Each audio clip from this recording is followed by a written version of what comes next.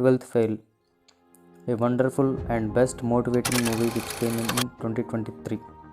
ఈ సినిమా థియేటర్లో వచ్చినప్పుడు మొదట్లో అంతగా పాపులర్ అవ్వలేదు, చెప్పాలంటే ఎవరు పట్టించుకోలేదు.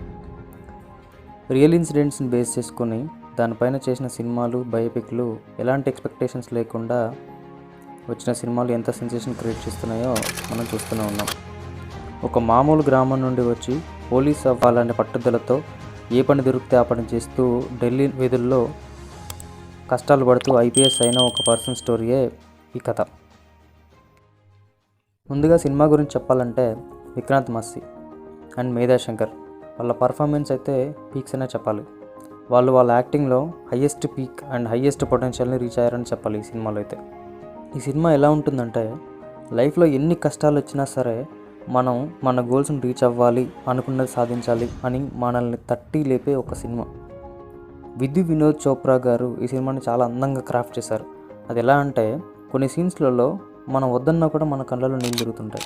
చాలా ఇన్సిడెంట్స్ మన లైఫ్లో మనం చూస్తూ, డైలీ లైఫ్లో మనకు జరుగుతున్న విషయాలను కూడా మనం రిలేట్ చేసుకుంటాం ఈ సినిమాని చూస్తూ. మనోజ్ క్యారెక్టర్ చేసిన విక్రాంత్ మాస్సీ చాలా బాగా యాక్టింగ్ చేశారు. చెప్పాలంటే స్ట్రగ్లింగ్ టైంలోనే శ్రద్ధా జోషి గారు మనోజ్ సార్ని మీట్ అవుతారు. అలా ప్రిపరేషన్ టైంలోనే వాళ్ళిద్దరూ ప్రేమలో పడతారు. శ్రద్ధా జోషి అనే ఒక అమ్మాయి మన లైఫ్లో ఉంటే ఇంకా ఏదైనా సాధించగలం అనిపించేలాగా తన క్యారెక్టర్ ఉంటుంది ఈ సినిమాలో. ఈ సినిమా గురించి మీకు అంతగా చెప్పాల్సిన అవసరం లేదనుకుంటా.